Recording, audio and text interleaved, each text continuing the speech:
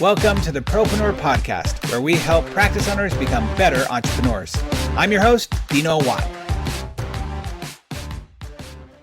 All right, welcome once again, everybody, to the Propreneur Podcast. Thank you so much for being here. And as always, thank you for sharing this podcast with your friends and colleagues and subscribing, letting them know that this is the place to get the best practices for your practice to grow it, especially in the times that we are in right now. And today we have a very special occasion because we've yet to have on this show a three-peat. And we have a three-peat. It's like, you know, the Chicago Bulls from the early 90s or the Lakers from the 2000s. It is Scott Hansen is joining us again. Scott's been on as a personal interview here. He was on with the consultant interview that we did with all the other consultants. And so I'm thrilled to have you back. Thanks for being back, Scott. Man, I have never gotten such an awesome introduction. I am honored. The honor is mine. So yeah, thanks. What's even better about that, Scott, is I'm so the last person to use to know about sports, but I know that that's that. So you make me look pretty good at using some sports. Well, since you've been on a couple times before, what I would like to do is I don't want to, we know that you have such an amazing background as a practice owner, as someone who actually worked inside the practice, and your parents grew up as practice owners too, right? Yep. And so I actually worked for my mom to grow it. Yeah. So my mom's an orthodontist, and she's since retired. So she retired in March, sold the practice to Smile Doctors, and wow, you had Scott Law on here, and yeah, amazing business. But so it was an exciting adventure growing the practice. Well, and then you went out and you grew another business, right, with your chats group. So Ortho Chats, yeah. Sold that off, and then now you're building up even more with Black Bison Group. And you know, I've talked about you on Facebook and on the show here with the reports that you did at the beginning of COVID to help people understand how to get through it and how to deal with the PPP and how to deal with the small business loans. That was just such invaluable information. So I'm super thrilled to have you on again. Hey, it's a pleasure. And it's really fun to see some of this stuff start to play out. And I think, hopefully things are better than the worst case scenario picture that I painted. And I mean, that was really the goal, is be conservative and be wrong. But not spend all of your cash and be wrong. So yeah, I'm glad that things are picking up for a lot of practices across the country. And I'm just crossing my fingers that when these government checks stop flowing, that it continues to be the same, environment to take advantage of.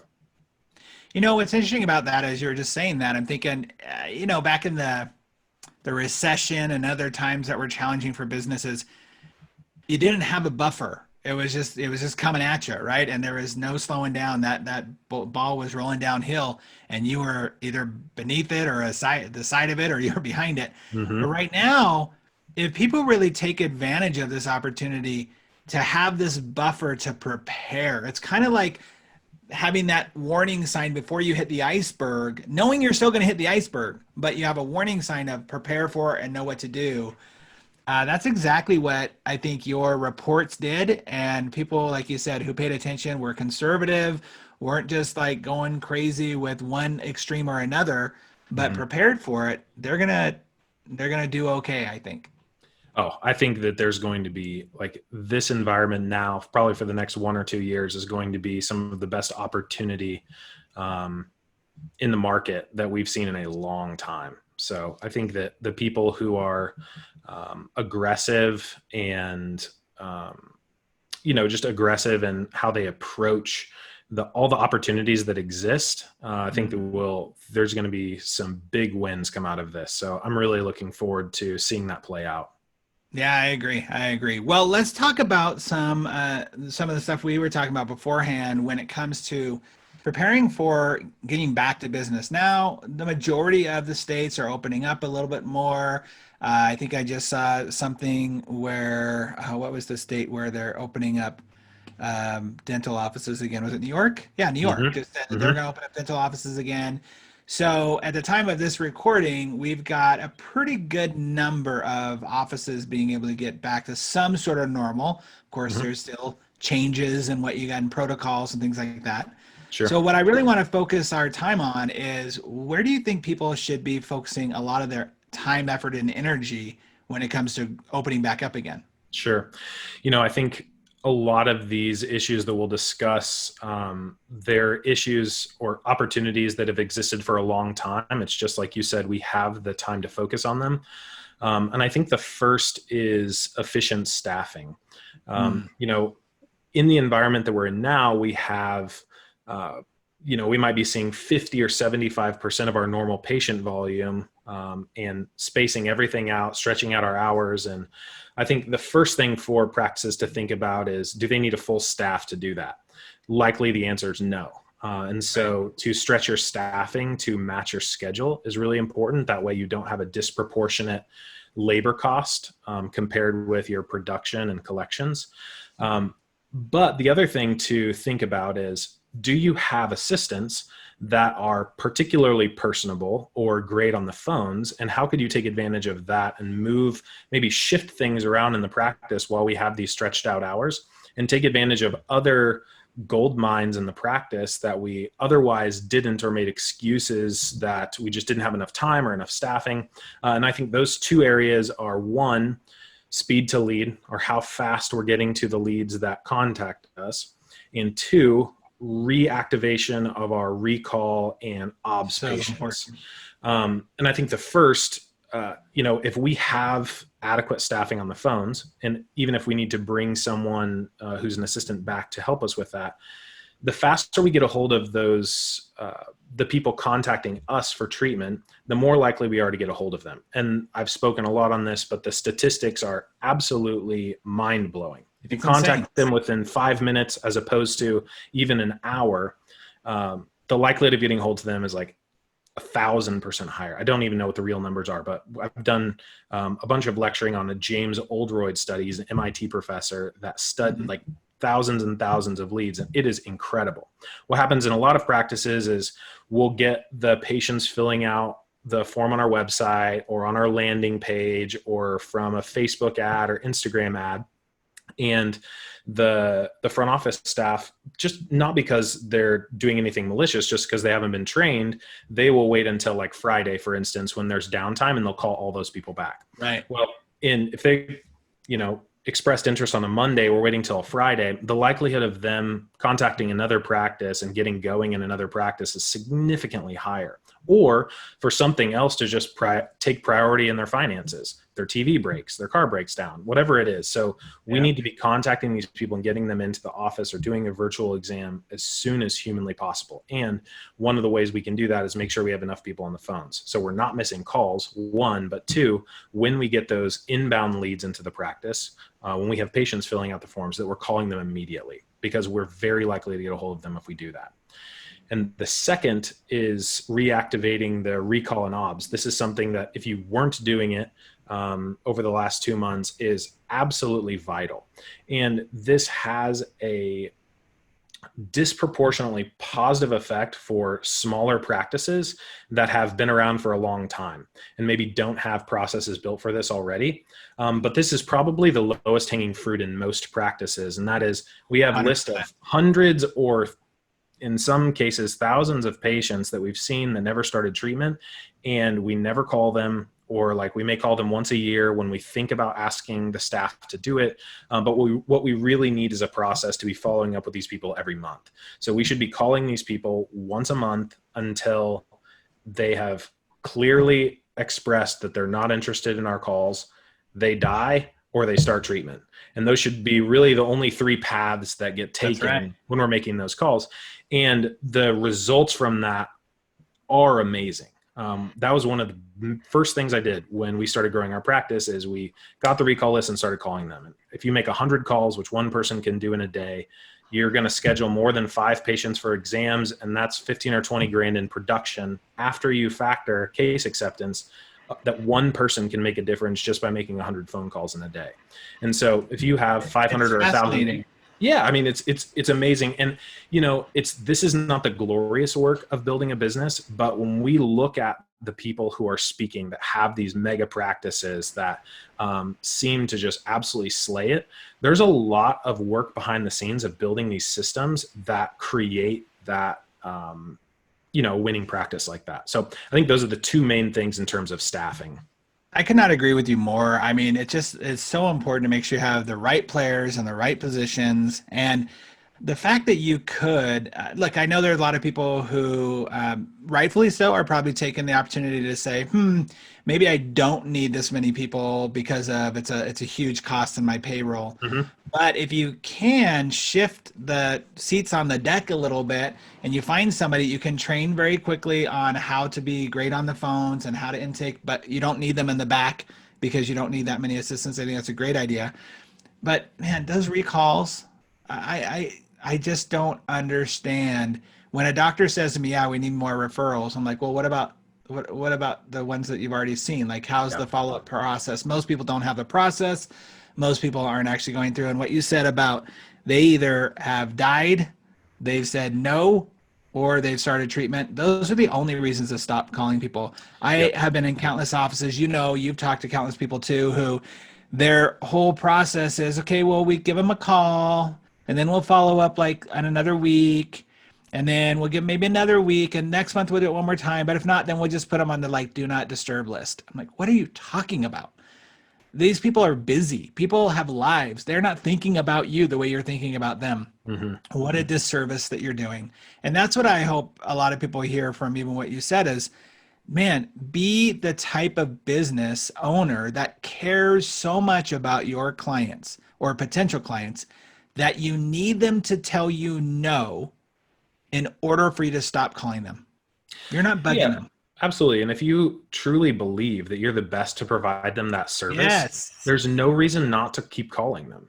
That's right. And there's honestly no reason to do it if you don't think you're the best. Yeah, that's true. Good point. I mean, it is such low hanging fruit. And in many practices, it's just several $100,000 that's just waiting there to be picked up. Sitting there. Yep. Wow. And right now, the time is available for them to do it. The most likely the resources, meaning the people to be able to do it, is available. And you're probably going to catch a lot more people at home right now than you would on a normal basis. Yeah. And what's really cool especially about recall and OBS reactivation is you can tie production directly to those activities. Yes. Whereas some things that you spend money on, it's like, do I know if I'm getting a return or not? Hard to tell. This you can say, okay, I called these 100 people, this many scheduled, this many started. So it's very direct back to the top line and the bottom line, which is awesome. Love it. So another thing that I think practices can take advantage of is the cheaper digital ads. So spoke with Glenn Krieger the other day, and he convinced me. He said, ads are cheaper than they have been in a long time. Yep. And just go after it. There's no reason, especially at the beginning of summer, there's going to be some pent up demand. So we have two things going for us. Our goal should be to be top of mind when those people start thinking about orthodontic treatment or triggering that thought in their head. And so to take advantage of the cheaper digital ads now and do a June marketing blitz and keep the foot on the gas until you see the ROI start to decrease to where it doesn't make sense. Mm-hmm. Because certainly the cost per click or whatever will increase over time as companies start to jump back onto those platforms and spend money. But for right now, we should really seize the day and go after it if we have available cash. The third thing is to use the good nature of people trying to support small businesses to benefit our small business. So we have a lot of people we've seen, I can't tell you how many Instagram stories and stuff I saw of people going out and getting either delivery or carry out from their favorite restaurants because they really wanted to keep them in business. And this sense of pride for small businesses and wanting to see them succeed, we can take advantage of, especially when it comes to asking for reviews. Patients are going to be much more willing to give us reviews now.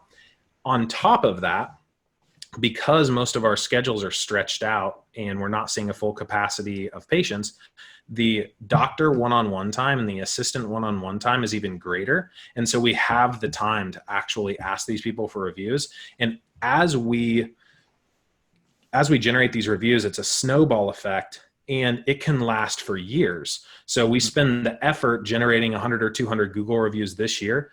Those reviews are there next year and the year after that and the year after that. And so, I mean, you see these big practices, a lot of them, like, this is their mentality. They don't stop because they know that every single one that they add is one that they don't have to add tomorrow or the next day. Yeah. And I'm fresh. What's that? And it keeps it fresh. It keeps it up to date. It keeps people look, you can never have too many people saying you're awesome. Exactly. And I'm very much with you. I've read one of your most recent blogs about scripting. I think that there are certainly cases where scripting is important. Most of the time, to give some examples and hire great personable people is the best bet. But for these reviews, it's pretty easy to teach the staff a pretty simple script to get these reviews. Yes. And at the basis, it is, would you be willing to write us a Google review right now? It would mean the world to us. Like, everyone can remember that. Yep. It's genuine. And, if you're seeing 40 patients in a day and you ask 30 of them for a review, you're going to get 20 or 25 reviews. Yep. And you probably will not have that opportunity ever again in your practice to have that one-on-one time. Here's something to think about too with that. As you are asking people to do so, there is an innate desire in all of us to be a little competitive. And so if you ask people to do that and you even give them just a simple sheet of paper that has typed out what other people have said, and even a little tiny template of, like, tell us your name, when did you start treatment, and what was the experience like. But when they see other people's stuff, there, especially right now, there's this desire of, like, well, I want to do a little better, or I want to say it like that, or oh, I like the way that they said that. Give them some examples. People don't want to overthink what they have to do, so tell them what they have to do. It's funny, if you look at any book that's out there in the bookshelf right now that is, top #1 best-selling book, all of the testimonials on there, I'm going to say 99% of them, probably 99.9% of them, were not written by the person that is quoted. They were written by someone else, and that person who is quoted approves it and says, I totally agree with that. Or if they did read it, here's some things you can say about the book. Make sure you put this in your testimonial. It's called marketing. You got to control it. So. Yeah, I think that's a great point. And I think that there's there are some accessory benefits that you don't consider when someone leaves you a review. It's not just for the people who are unfamiliar with your practice and they Google your practice and read the reviews. When someone writes you a review, they have confirmation bias. Yes. Now it's public that they love your practice. And now the next time one of the moms posts on Instagram, does anyone know a great orthodontist? They're more likely to contact that person and say, yeah, we go to Dr. Hansen and we just love them, because they've already said that publicly, and that confirmation bias is real. So you end up actually generating more patient referrals by generating more reviews, which, I think we just don't think about it that much, but the power of that is real. Then on the other side of that too, there's the desire of the me too, of, like, somebody reads that who hasn't put up their posting yet. So mom puts out on Facebook and says, hey, what about this person? You're going to get a group of people jumping and they're saying, oh yeah, I went to them too. Oh yeah, they were amazing. And now you're just piling on. So yeah, absolutely. That's great. It's a great focus right now. Yep. And really low hanging fruit and very easy. Like, you don't need a robust system to do that. Like, it's pretty simple. So, next, I think focusing on same day starts, because we have a unique environment in that people are much more sensitive to their surroundings and don't want to expose themselves any more than they have to, but they want to get treatment. We can be teeing that up from the new patient phone call or before, on our website, that we do same day braces and same day aligners. And then when we get them on the phone, say, hey, in order to create a safer environment for you guys and to, offer greater convenience, we're going to schedule enough time to get started if there's any recommended treatment on the same day. So we're teeing them up before they get there. And because we have more one-on-one time with the patient, super easy. Like, we can really pour into the relationship and get them going. Whereas before it might have felt a little bit chaotic or unorganized. trying to fit someone in the schedule. Well, we've got empty chairs. So let's take advantage of it. The moment those people leave, it's a 20% reduction in case acceptance. And so we're just leaving money on the table if we're not focusing on same day starts. It's a great point with your team as well, because I know there are people listening to this right now who their biggest pushback hasn't been the patients, it's been the team members. Like, oh, we can't fit people in, and you're making us rush or whatever. And now you got time. Not only is that person, helping pay the rent, so we want to get them in as soon as we can, but we got time. Yeah, and we've seen teams rally. Teams around the country are rallying around like getting stuff back, like getting the businesses back. Like they don't want to be looking for jobs. And so this is a unique time in which people were kind of forced to come together and work on the same team. And we can carry that forward with same day starts. Cause I think you're right. It is hard when you're sitting on the front side of it, not used to doing same day starts, to imagine how it could be done. But now it's pretty easy. It's pretty easy to imagine how it can be done. And we just need to carry over those good habits as things pick back up and as our patient volumes pick back up, and just keep doing them because they work. That's why these huge practices have been doing them for a long time.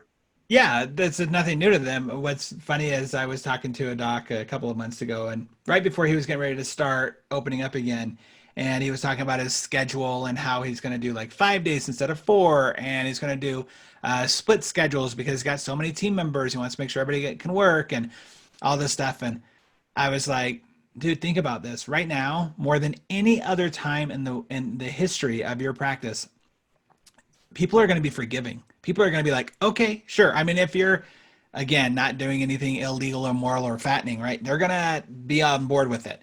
So to be able to, because I said, think about if you would have done this last summer. If you would have gone in and said, hey guys, to maximize our time, we're going to go 5 days a week, split schedules. They would have been up and out. They would have all left you. Now they're open to it. So as you're going back and you're implementing a lot of this stuff that Scott's talking about, and whether it be same day starts or whether it be, no, we have a new protocol where we are following up with people on a daily or weekly basis until they tell us no, your team members are going to be a lot more willing. Well, let me say this. Your team members who are team members and not staph infections, they are going to be a lot more willing to actually get in there and help out. It's also a great way to be able to decide if this person is a right fit or not for your team. Absolutely.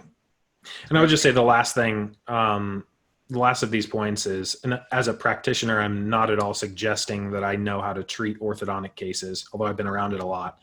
And that is just stop seeing patients that you don't need to see. We had a great opportunity where the government told us you can't see anyone, and it gave us a petri dish that showed us the patients that we really didn't need to see. We just kind of did it because it was part of the routine, compared with the patients that we really did need to see to push treatment forward, and for the benefit of the patient. And so you should really client should take a close look at all of the different appointment types, the progression throughout treatment, where we are just seeing people because we always have seen them, and where we really don't need to see them. And we could, maybe even a 2 or 3 minute virtual appointment could suffice. We should be carrying forward these good practices of increasing production and decreasing costs forever. We should use this as a great opportunity to build better practices. And I think that's one of the ways that we can. And that's been a really exciting result of this whole thing, is we really have seen, the inefficiencies in our practice because we've been forced to. I agree. It's a time where we've never before had an opportunity to pause, put our hands down, right, from the pushing of this boulder that we're pushing uphill all day long, and say, wait a minute, what is a better way for me to leverage my time, my team, my talent, and really create the optimal experience, not just for the patient, but for you as a practice owner. I say all the time, there's a difference between being a practice owner and a practice operator. And many people fall into that operator side of where they're just like operating on a day-to-day basis, trying to figure it out. Well, you've been given a gift to pause and think, okay, let me look at this as an owner. What would I do? How can I streamline stuff? What do I not need to do? What's the bloated things that we do in our office? What do they call it? The pork, right? That's in our office that we don't need anymore. Mm-hmm. And man, what a great opportunity for people to do so. Let Indeed. me ask you this. You're big into marketing, right? And you've done a lot of the marketing side of things. What do you think people should be doing with their marketing dollars right now? We talked about ads, which Google ads and all that stuff way cheaper right now. What should they be doing with their marketing budgets right now? I think that's a big piece. A lot of, there's a lot of line items associated with the marketing budget, community marketing events, marketing to dentists. Some of that stuff probably should take a back seat because it's just not going to be as effective. But with the digital ads, there's a huge opportunity. And I would say you should look at in the past what was most successful for you. Should have time to do that. And so to look back and say, where did I generate the highest ROI? Because the other thing to consider is we do have the next year to think about. And we don't know what's going to happen when the government checks stop flowing. We don't know what's going to happen with the stock market. I talk to, my private equity buddies and hedge fund buddies and stuff all the time. And they're like, what's going on? I said, please make sense of this for me, that we have tremendous amount of unemployment of people who earn less than $40,000 a year, and they're getting paid more not working than they were working. It's crazy. And the stock market has, like, if you just took a snapshot of today and 3 months ago, you would think that not very much happened. And that just makes absolutely no sense. And so I'm not trying to be an alarmist, but to plan for the future and not be too liberal with how we spend our money is really important. And so we should be targeting all of the most effective marketing campaigns that we've done in the past, and taking advantage of the cheaper stuff now. So, well, look, even if you just gave yourself a timeline and said, okay, well, until January of next year, I'm going to be super conservative with my budget and figure out and only spend on the things that I know are going to work or will work. What's the worst that could happen? You get to the place of next year of going, oh, look, all the craziness that everybody was predicting or thinking might happen didn't happen. Cool. Look, I'm shocked right now that our housing market hasn't already dropped insane, right? But it's because people have the money from these stimulus checks. But once those run out, like you say, I have a really good friend who's a realtor. We've been looking at a couple of houses and maybe thinking about purchasing. And yeah, right now everybody's still got the money. yeah. Not everyone is crazy hurting. So I don't think there should be like a massive departure from what you used to do, especially if it was working. Yeah. But just be cautious. I think that's the main thing is, That's right. Proceed, be a realistic optimist. And realistically, we don't know what's going to happen over the next 12 months, but we can plan for it to get a little bit better. And that's what we should be doing. And taking advantage of all the people that are truly just scared out of their mind and not doing anything. That presents a huge opportunity for people who are opportunistic. There's what's his name? The guy from McDonald's who created McDonald's. Ray Kroc. Ray Kroc. His saying of, when your competition is drowning, shove a hose down their throat. Oh gosh, yeah. Well, I mean, I don't know if you want to go that extreme, but I'm saying the point is like, yeah, like you said, take advantage of this, being able to be strategic. That's what I mean about making sure you're not just throwing money up against the wall, but being strategic about it, right? Saying, okay, what would happen if I was super conservative and made sure I got ROIs that I wanted? I invested in people, which I was going to ask you too, when it comes to good ad people. I think one of the big challenges that a lot of people are facing right now is there's also opportunistic marketers, widgets, gadgets, whatever, of like, hey, do my thing. So having to really have a good filter about that, have a good process to know what's going to work and what's not going to work, but be conservative on that so that therefore by the end of the year, you're like, oh man, I'm killing it and I've got all this extra that I can do. What would you say would be some filters people should be looking for when it comes to good people that, for marketing ads, stuff like that, like you're saying for Facebook ads or for Google ads. Sure. I think when you're trying to, well, I think first you can learn a lot of this on your own, and it's not that hard and it doesn't take that much time. And so you can dip your toes in the water and see if you can be successful on your own, run a few campaigns. If that's not what you're interested in doing, or the practice is of the scale where you're operating truly as the owner and not as the operator, I think the most important questions to ask when you're trying to choose someone to run ads for you is, how clearly can we define our goals, and how clearly can we measure success? Because what I find a lot of times is it's really easy to steal people's money in digital marketing because people don't take the time to understand it. And so they'll say, oh, like we spent $1,000 on Facebook ads last month and we got 70 clicks. And that like sounds like a lot, but those 70 clicks could have turned into 14 appointments, or they could have turned into 2.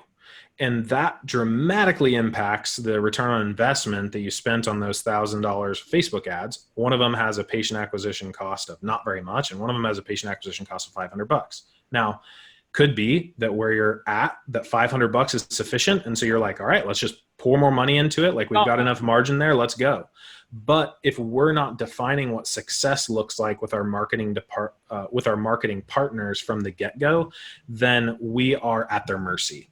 And I don't mean to say that like marketing people are evil. Like I certainly love marketing and I don't think that at all. Sure. But you're much more likely to waste your money if we're not defining what those clear goals are for the money spent from the very start. Well, I think to that point, whether you're going to hire somebody or not, you should educate yourself, because where you're going to lose the most money is when you are uneducated, and even if you hire good people, because you don't know what to specifically ask them. I was on a seminar, a virtual training this last weekend. It was a virtual event about virtual events. And one of the things that the person was saying was, when we go into any type of situation and we just hire people who we expect to know what they do, or that they know what they're doing, and we aren't educated. We don't have to be an expert. We don't have to know how to do their job, but we have to know at least what we want as the end result, like you were saying, the goal, because we're educated enough to know how they're doing the thing that they're doing, or what I should be looking for. Your example is perfect. How many I think people, you have to hold people accountable. Yeah.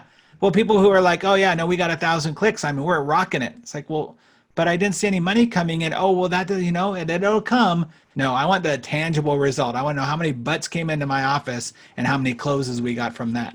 And what I've found is the best marketers love clients like that. Yes. And they love educating people about that. They say, That's hey, true. You're going to spend all this money, but where are the results going to be? We're going to help you measure that. And here's how we're going to help you measure that.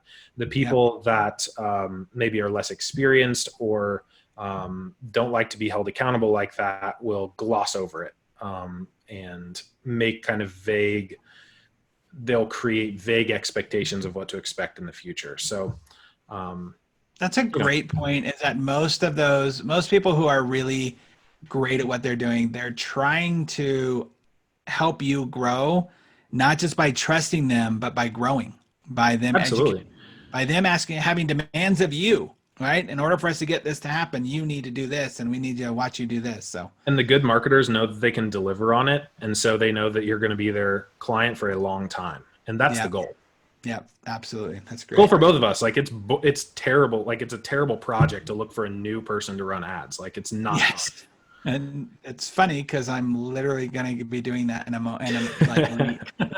And it is. Look, there's obviously a lot of lessons you learn from hiring the wrong people as well. But I'd rather learn the right lessons that can help me grow. And like you said, find somebody that I can just work with over and over and over again. It just makes so much more sense. Mm-hmm. All right. So anything else that we would want to make sure people are focusing on right now as they're transitioning back into the office? We've covered talent or staff.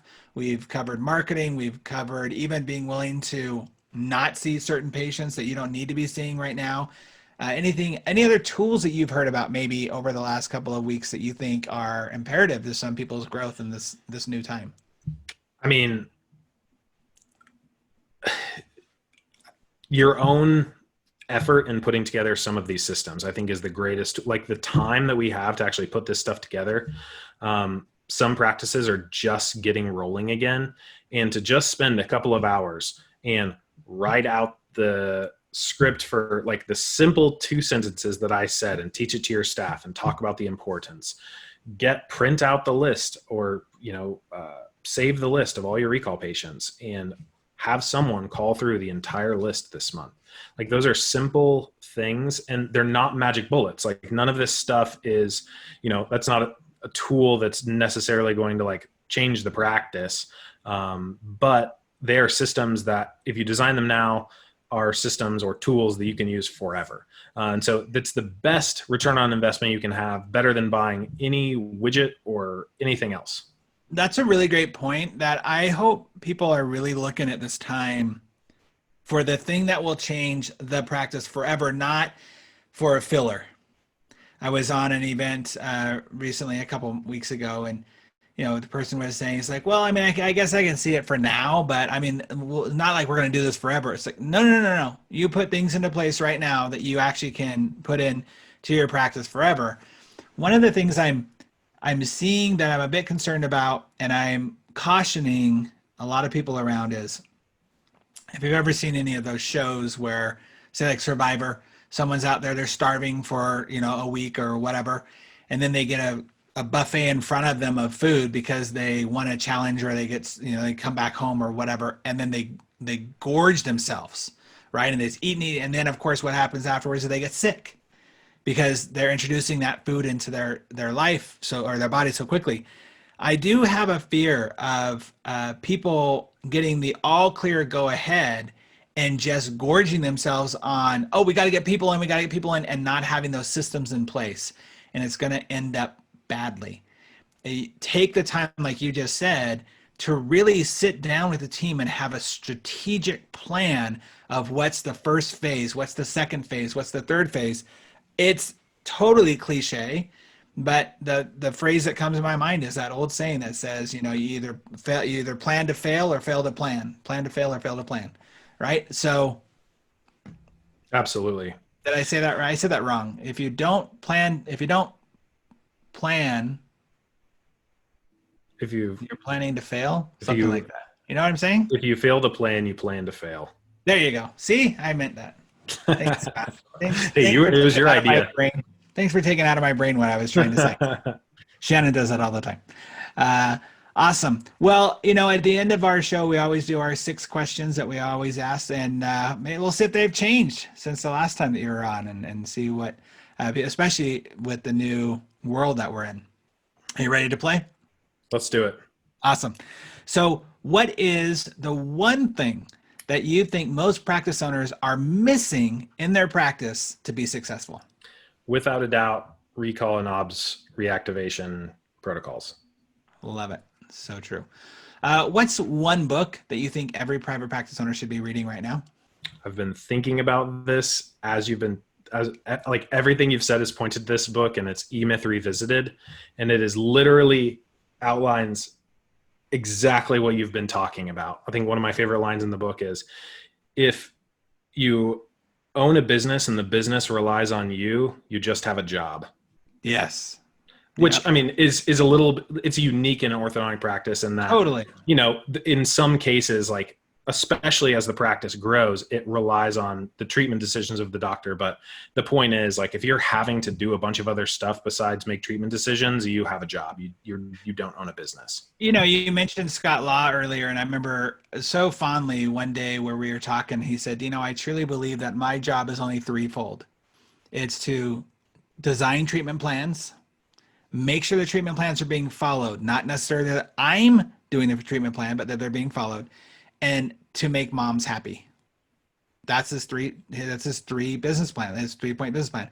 And as you say that, it just makes me think of, yes, even as an orthodontist though, how, and time to rethink, and how are you going to make yourself not as essential in the sense of having to have your fingers wet every single day and running your business. And that's so true. eMethod is great. eMethod Revisit is awesome. Okay. How can people reach out to you again and let them know what's the best way? And do you have an updated COVID report? No, I don't. This is serving as my updated COVID report. Awesome. Transcribe it and put it out there. That's right. blackbisongroup.com. They can reach out to me by way of the website. That's probably the easiest way. Awesome. What's the one piece of advice that you've received what's the best piece of advice that you've received in life or in business? I'm going to cheat because I'm going to combine two ideas, but focus on what you have control over and maintain a clear focus on the business objective. Nice. Have that focus. I like both of them had focus on it. I think a lot of people get caught up in how they feel about stuff. Let's say they have a problem patient or something, and they're trying to figure out how to unwind the problem patient. If you just, this may be a bad example, but if you just like give them their money back and have them sign stuff that says they're not going to be mean to you, like, yes, it feels bad in that, like, you're angry because you know you did everything right for this patient and this patient's just crazy. But it helps you accomplish your business objective and getting back to like doing stuff that pushes the practice forward. So just not letting your emotions take over and keep focus on what the goal is. Keith Cunningham says that you can have all the problems you want. You just got to be willing to decide how big of a check you want to write for that problem. I literally just had this email sent to me yesterday of this exact same scenario where somebody had started right before COVID and now they moved away and now they want their money back and back and forth. And I'm like, dude, write them the check. And like, this is not worth your time. Like, write them the check. And like all that emotional toll that it takes on you is just not worth it. And you can just spend that same effort and energy doing stuff that makes the practice better. There's no shortage of sick people. Go get someone else who needs your help. All right. And lastly, what is the number one thing that you think every private practice owner should be doing in their business to be successful over the next year? Maximizing the use of their phones. Nice. Which sounds really old-fashioned because I'm big into digital marketing, but most practices that I start working with do not do a good job on their phones. And it's because they're not tracking it. They don't take advantage of digital phone systems to track how many missed calls, to record their new patient calls and all that stuff, track how fast they're getting back to patients. The phones are a huge bottleneck in a lot of practices. I totally agree. I just recorded an episode last week. And our conversation was all around that director of first impressions, right? Just having someone who I actually think it should be a much higher paid job. It's not an entry level job. I think if you're using it correctly and you're training them correctly, that you win or lose the game when it comes to getting people into your practice through the phones. So I love it. Yeah, the people who are on the phones and at the front desk, they're basically like the mascots of the practice. Like many of the patients, they like rarely, or many of the parents rarely see the doctor. They rarely see the other people, but those are the people that when they think of the practice, they think of those people. Like the way those people make them feel is creating the brand of the practice. Well, Annie, who I was interviewing last week, she made this great point about how if you look at the times how often one patient sees certain people inside their practice, whether it be the doctor, the clinical assistants, the treatment coordinator, or financial coordinator, the one person who is seen way more than anyone else is that director of first impressions right there in the front. Wow. Yeah. So Powerful. I love it. Scott, you're always such just a plethora of great information, and I always love talking to you, not only because it's nice talking to another guy consultant in this industry, we're kind of a rare breed, but because you just have so much great information, and it's really great to hear from you. I really appreciate it. Thank you. I feel the same way. It's an honor to be here, and it's fun to learn from you, from all the guests that you have, and you're creating some amazingly generous resources for practice owners. And so I will say thank you from all of them, because they're awesome. Oh, thank you. I really appreciate it. It's fun. We're having a good time. Well, and everybody, thank you again for tuning in to the Propreneur podcast and sharing this information again with your friends and family. If you haven't subscribed, make sure you do so, because we love our subscribers and we love being able to grow this podcast to share with more people, no matter what practice you're in, no matter what you're doing. Remember that our goal is always to help you be more proactive, more productive, and more profitable in all areas of your life and business. We'll see you on the next episode, everybody. Thanks so much again for listening to the Propreneur podcast. We really appreciate your support. If you haven't subscribed already, please make sure you do so. Also, if you feel like you might be a good fit for our podcast as a guest, or know somebody who you think would be, go ahead and email us at dino@dinowatt.com. Again, thanks for support. We'll see you on the next episode.